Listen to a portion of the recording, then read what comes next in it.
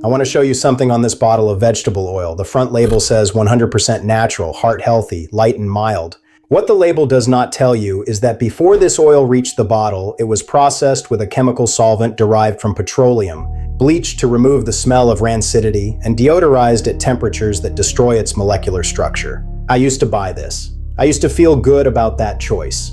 Because that is what the label said. That is what my doctor said. I trusted it for decades. But after 90 days of carnivore, I went back and read everything I could find about the oils. I had been cooking with my entire adult life. What I found permanently changed my kitchen. And I want to show you exactly what I found and let you decide what to do with it. The thing on your shelf labeled vegetable oil does not come from vegetables in any meaningful sense. It comes from seeds: soybeans, cottonseed, rapeseed, corn, and sunflower. And the process used to extract it is industrial chemistry.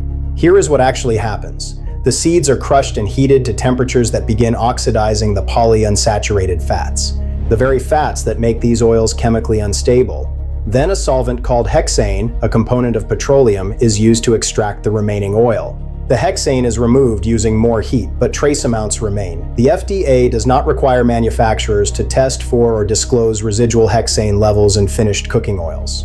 The oil is then bleached to remove the dark color from oxidation, then deodorized at temperatures between 400 and 500 degrees Fahrenheit to strip the rancid smell that would otherwise make it unpalatable. What comes out of that process is an oil so far removed from anything natural that it must be artificially stabilized just to sit on a shelf.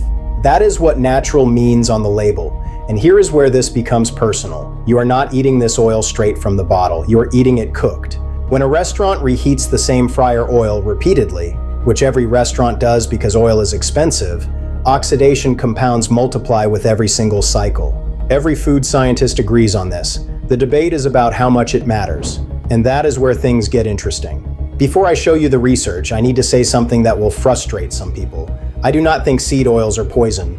I do not think one meal cooked in canola oil is going to meaningfully harm a healthy person. I think the loudest voices on both sides are not reading the research carefully. Here is what I cannot ignore. In 2025, JAMA published findings from 3 massive long-term dietary studies tracking over 220,000 people for up to 33 years. Higher intake of plant-based oils was associated with 16% lower total mortality. Higher butter intake was associated with 15% higher mortality. That data exists. I am not going to pretend it does not. But here is what that study cannot tell us. Those studies compare populations, not isolated variables. People who eat more plant oils also tend to eat more vegetables and exercise more. The oil may be a marker for a healthier lifestyle rather than the cause of better outcomes. Observational research shows correlation. It cannot prove causation. Here is the honest truth. Long-term data on seed oils as an isolated variable simply does not exist. Anyone who tells you the science is settled, in either direction, is overstating what the research actually supports. I know what happened to my own markers, but I changed 10 things at once. I cannot say with certainty which change did what. Here is the mechanism I find most credible. Not whether seed oils cause harm in isolation, but what decades of omega-6 dominance does to the balance your immune system runs on. In 1900, humans ate roughly 4 parts omega-6 to 1 part omega-3. That is the ratio our inflammatory systems evolved alongside. Today, the average American runs at approximately 20 to 1. Driven almost entirely by seed oil proliferation in processed food. Omega-6 and omega-3 compete for the same enzymes in your body. When omega-6 wins that competition at 20 to 1, the metabolic products skew toward inflammatory pathways. Mainstream researchers on both sides of this debate agree on that mechanism. Here is how to know where you personally stand. Pull up any recent blood work. Find your triglycerides. Find your HDL. Divide triglycerides by HDL. A result below 2.0 suggests a metabolically favorable state. Above 3.8 is a meaningful warning signal, independent of your total LDL. My ratio after 90 days of carnivore, 0.78. So where does this leave us? I do not think seed oils will kill you, but I do think the alternatives are better in almost every way: performance, cost, and the absence of industrial chemistry. Number 1 is butter.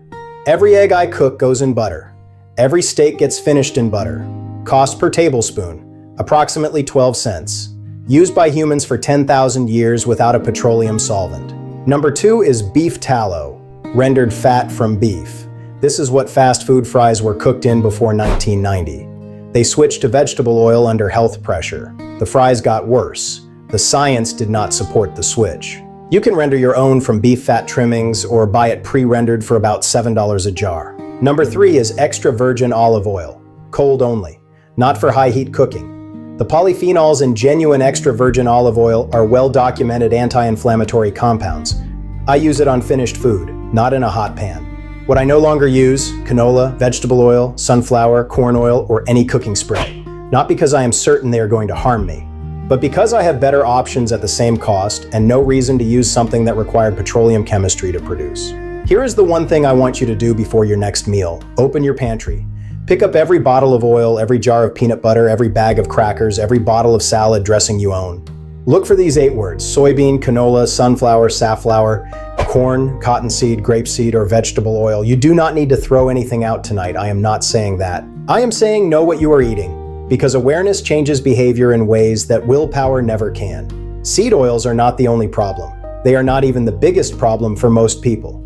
Ultra-processed food is the problem. Seed oils are simply what those foods are cooked in and preserved with.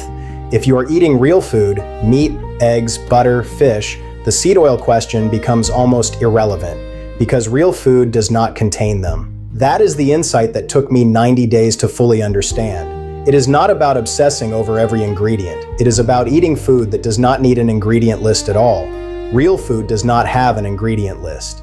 I want to know where you stand. Did this change how you think? Are you skeptical? Do you think the mainstream science has it right and the carnivore community is overstating the risk? Drop your take in the comments. And if you flipped something over in your pantry and found one of those 8 oils, tell me what it was. That comment section is going to be interesting. My next video is about breakfast, specifically the phrase most important meal of the day, where it came from, who invented it, and what your healthy morning meal is actually doing to your blood sugar before 9 in the morning. Subscribe so you do not miss it. Share this with someone who has been cooking with vegetable oil their whole life. They deserve to know what is actually in the bottle. I am Josh. This is Created Carnivore. Real food does not have an ingredient list.